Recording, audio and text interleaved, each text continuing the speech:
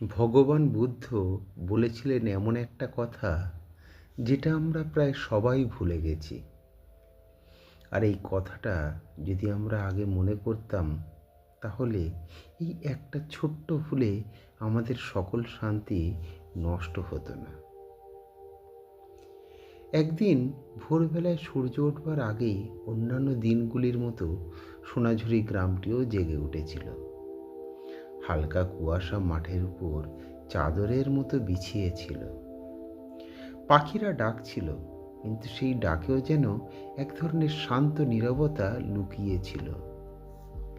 গ্রামের প্রান্তে ছিল একটা পুরনো বটগাছ, আর সেই বটগাছের নিচে বসেছিলেন ভগবান বুদ্ধ। চোখ আধা বন্ধ, মুখে গভীর প্রশান্তি। ঠিক তখনই একজন যুবক দ্রুত পায়ে এগিয়ে এলো। তার চোখে ক্লান্তি, কপালে উদ্বেগ, আর হৃদয়ে অশান্তির ভার। সে ভগবান বুদ্ধের সামনে নত হয়ে বলল, ভন্তে, আমি শান্তি চাই, কিন্তু আমার মন কোথাও স্থির হয় না। ভগবান বুদ্ধ ধীরে চোখ খুললেন। এক মুহূর্ত চুপ করে রইলেন। তারপর মৃদুকণ্ঠে বললেন, তুমি কি কিছু ধরে আছো? যুবক অবাক হয়ে বলল, আমি আমি তো কিছু ধরিনি। বুদ্ধদেব মৃদু হাসলেন। তারপর শান্ত কণ্ঠে বললেন, যদি কিছু না ধরতে, তবে এত ভারী দেখাচ্ছ কেন তোমাকে? যুবকটি ধীরে বসে পড়ল। তার কণ্ঠ কেঁপে উঠল। সে বলল, ভন্তে, আমি আমার অতীতকে ছাড়তে পারছি না।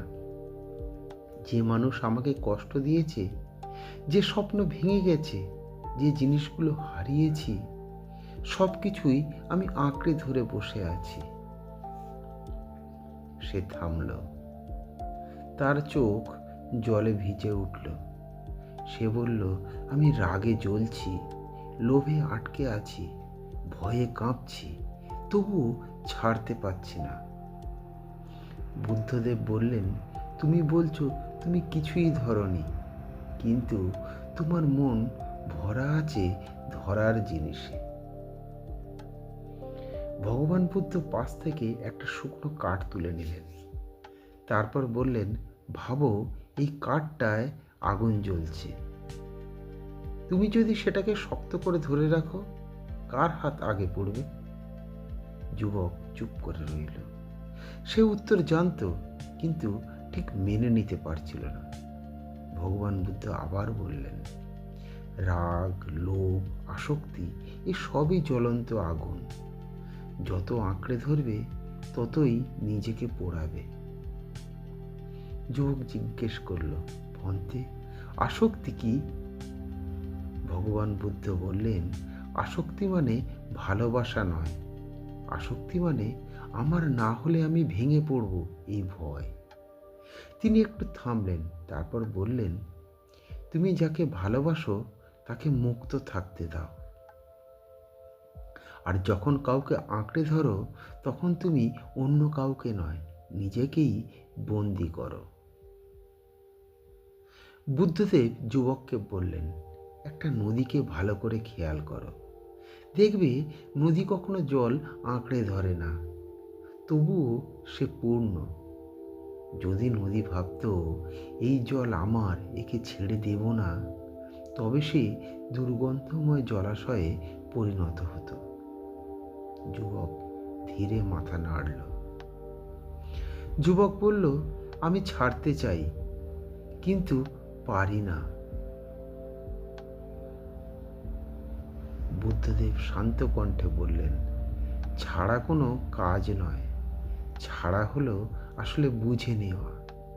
যেদিন তুমি বুঝবে সব কিছু ক্ষণস্থায়ী, সেদিন আঁকড়ে ধরার শক্তি নিজেই ঢিলে হয়ে যাবে। বুদ্ধদেব আকাশের দিকে তাকালেন। একটা পাখি ডাল ছেড়ে উড়ে গেল। ভগবান বললেন, পাখিও জানে ডাল ভেঙে গেলেও আকাশ আছে, কিন্তু মানুষ ভাবে এই ডালটাই সব। যুবক কাঁপা গলায় বলল, আমি আমার পরিচয়েই আসক্ত হয়ে আছি। আমি কি, লোকেরা আমাকে কি ভাববে, আমি সফল না হলে আমার কিছুই হবে না, এই ভাবনায় আমি আটকে আছি। বুদ্ধদেব বললেন, তুমি তোমার নাম নও, তুমি তোমার সাফল্যও নও, তুমি তোমার ব্যর্থতাও নও, তুমি সেই সচেতনতা যে সব কিছু দেখছে। যুবকটি জিজ্ঞেস করল, তাহলে কি আমি কিছুই ভালোবাসবো না? বুদ্ধদেব হাসলেন, বললেন, কেন ভালোবাসবে না? ফুলকে ভালোবাসো, কিন্তু ঝরে গেলে কেঁদো না।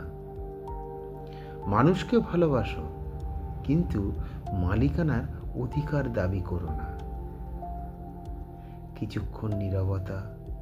যুবকটি অনুভব করল তার বুক হালকা হয়ে আসছে, যেন দীর্ঘদিনের বোঝা একটু একটু করে নামছে। সে বলল, আমি বুঝতে পারছি আমি যা হারিয়েছি বলে ভাবছিলাম, আসলে তা কখনোই আমার ছিল না। ভগবান বুদ্ধ বললেন, এই বোধই মুক্তির প্রথম দরজা। এরপর ভগবান বুদ্ধ উঠে দাঁড়ালেন। সূর্য তখন পুরোপুরি উঠেছে। শেষ কথা বললেন ভগবান, আসক্তি থেকে জন্ম নেয় ভয়, আর ভয় থেকে জন্ম নেয় দুঃখ। আর যেখানে আসক্তি নেই, সেখানেই আছে মুক্তি। একটা লম্বা শ্বাস নিন, অনুভব করুন আপনার হাতে ধরা জিনিসগুলো ধীরে ধীরে ছেড়ে দিচ্ছেন। আপনি হারাবেন না, আপনি হালকা হবেন। আর এই হালকা হওয়াই হলো মুক্তি। আর এই মুক্তির সন্ধান মানুষ প্রতিনিয়ত করে চলেছে। আপনিও যদি এই যাত্রায় আমাদের সঙ্গী হতে চান, তাহলে লাইক ও শেয়ার করুন, ও ভালো লাগলে চ্যানেলটি সাবস্ক্রাইব করবেন। আবার আসবো আমরা পরবর্তী গল্প নিয়ে। বন্ধুগণ, শান্ত থাকুন, সচেতন থাকুন।